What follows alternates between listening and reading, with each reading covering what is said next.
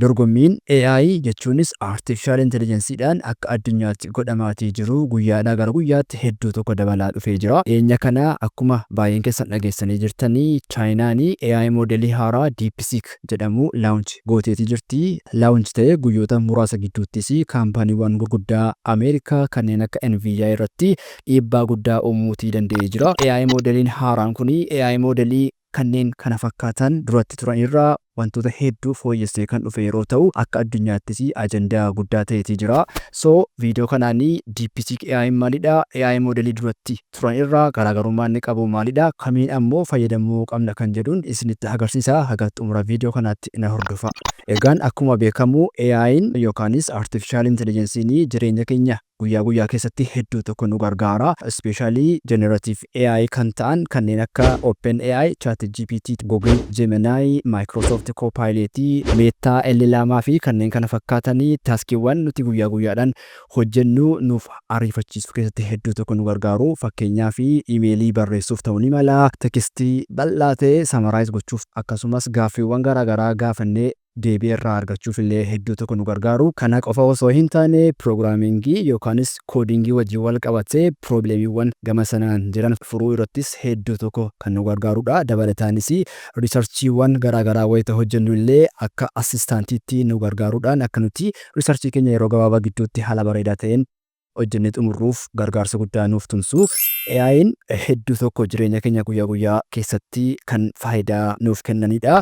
So itti aansuudhaan waa'ee DeepSeek kana gadi fageenyaan haa ilaallu. DeepSeek AI'n egaa AI chatbotii ChatGPT'dhaan hedduu tokko wal fakkaatuu fi wantootuma ChatGPT'n yookaanis ammoo AI moodeliin duratti turan kanneen akka Gemini hojjechuu danda'an kan hojjetudha. Haa ta'u malee garuu AI moodelii jarreen kana irraa wanti DeepSeek AI kana adda isa godhu jalqaba irratti performaansii isaati. Performaansii yookaanis response taayimiin isaa hedduu tokko kan nama ajaa'ibsiisudha. Wayita nuti gaaffii tokko gaafannu awutomaatikaalii ariitii yookaan saffisa olaanaadhaan kan inni gaaffii keenyaaf deebii nuuf kennu. Inni kan biraanii accuracy jechuunis qulqullinaan gaaffii nuti gaafanneef deebii inni nuuf kennudha. Ispeeshaalii piroobileemiiwwan gama maatimaatiksii, riiziniingii fi koodingii wajjin wal qabatan furuudhaan AI moodeliin kun AI moodelii kanneen akka ChatGPT hedduu tokko caalee argameetii jira.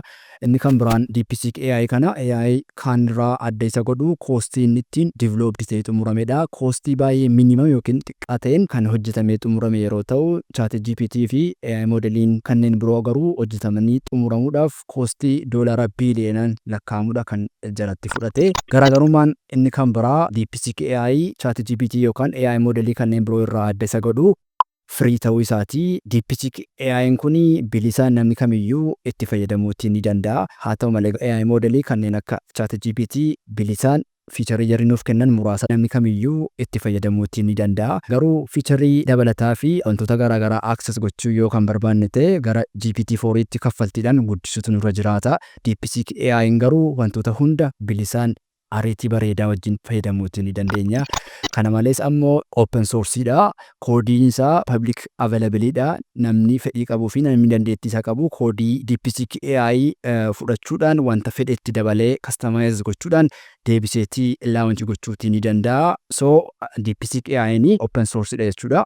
Haa ta'u malee garuu ChatGPT fi AI moodeliin kanneen biroo open source miti. Itti aansuudhaan egaa AI moodelii kana akkaataa itti fayyadamtan isin agarsiisu. Bilbilaan yookiin koompitara keessaniin internet browserii qabdan erga bantanii booda gubbaa bakka sarchii kana irratti deepseek.com jettanii haala kanaan barreessuudhaan enter jettuuni. Itti aansuudhaan gara fuula kanaatti isin fidaa. Bakka kana irraa start now kan jedhu irratti kilikii gootu. Wayita gara fuula kanaatti isin fiduu as biratti iimeelii fi paaswordii haaraa uummachuudhaan seenuutii ni dandeessu. Garuu kana hunda dhiistanii bakka kana irraa login with Google kan jedhutti jira. Isa irratti si'a tokko kilik gochuudhaan awutomaatikaalii Google akkaawuntii bilbilaa yookiin koompitara keessan irraa qabdan keessaa tokko filachuudhaan continue jettanii directly gara AI moodelii kanaatti seenuutii ni dandeessu. Egaan wayita gara AI moodelii yookaanis DeepSeek AI kanaatti dhuftan fuulli jalqabaa kana fakkaata. Bakka kana irratti chat gochuutii ni dandeessu. Namoonni kanaan duratti ChatGPT fayyadamtanii wantootni hundi isaan wal fakkaata waan ta'eef haaraa isinitti hin ta'u. AI moodelii kana gaaffiiwwan garaagaraa gaafachuudhaan deebii argachuutii ni dandeessu. Bakka kana irraa immoo profile kan jedhutu jira. Profile kana irra deemuudhaan settingii keessa galtanii tiimii feetan filattanii jijjiiruutii ni dandeessu. Laayitiidhaan jira. Haala kanaan daarkiidhaanis fayyadamuutii ni dandeessu. AI moodelii kana egaa jireenya keessan guyyaa guyyaa keessatti probleemiiwwan garaagaraa akka inni isiniif solve godhu gaafachuudhaan deebiitti argachuutii dandeessu. AI moodelii kana wayita fayyadamtanii bakka kana irratti gaaffii gaafachuu keessaniin duratti taabii lamatu jira. Inni jalqabaa DeepSeek R1 yeroo ta'u inni lammatarra jiru sarchiidha. DeepSeek R1 kana wayita tuqxanii haala kanaan wayita gaaffii gaafattanii gaaffii keessan dudduuba irraan haala inni itti think godhu yookaanis immoo haala inni itti processii godhu arguutii ni dandeessu. Inni kan biraan immoo sarchi kan jedhu kana wayita haala kanaan onii gootanii sarchi gootanii directly gaaffii keessan internet irra sarchi gochuudhaan kan inni isiniif deebisu.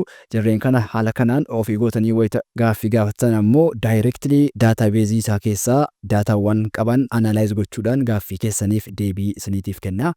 Dabalataanis bakka kana irratti faayila jechuunis dookumentii yookaanis immoo imeejii haga meeggaabaaytii 100 asirratti upload gochuudhaan akka inni faayila sana summarize isiniif godhu yookaanis gaaffiiwwan faayila sanarra jiru akka inni isiniif hojjetu gaafachuutii ni dandeessu. Akka waliigalaatti egaa DeepSeek AI kana dhimmoota teknikaalii ta'an kanneen akka koodingii, maatimaatiksii, loojikii yookaanis riizingii wajjin wal qabatee wantoota gara kanaan jiran solve gochuu irratti ChatGPT fi AI moodelii kanneen biroo irra caalaa itti gargaaramuutii ni dandeenya. ChatGPT ammoo wantoota akka creativity ta'an fakkeenyaaf writing ta'uu ni mala, story garaagaraa barreessuu ta'uu ni danda'a, contentii garaagaraa akka inni nuuf barreessu gochuu fi wantoota kanaa wajjin wal qabatan irratti more itti fayyadamuutii ni dandeenya. Egaan viidiyoon waa'ee DeepSeek AI irratti isiniif qopheesse kana fakkaata. Haa ta'u malee garuu dhiyeenya kana irratti chaayinaanii AI moodeliiwwan dabalataa garaagaraa kan imeejii jenereetii gochuuf gargaaru maqaadhaan Genus Pro 7B jedhamuu fi AI moodelii kanneen isa fakkaatan duratti turan fakkeenyaaf dhaabbata OpenAIdhaan develop godhame DALL-E 3 kan caaluu danda'u laawunchi godhaniiti jiru. Chaayinaan dabalataanii dhaabbanni Alibaba Queen 2.5 kan jedhamu generative AI kan biraa laawunchi godhaniiti jiru. Jarreen kana fi kanneen kana fakkaatan irratti viidiyoo kan biraa fuulduratti kanan isiniif qopheessu yoo ta'u chaanalii keenya kana subscribe gochuudhaan nu hordofaa.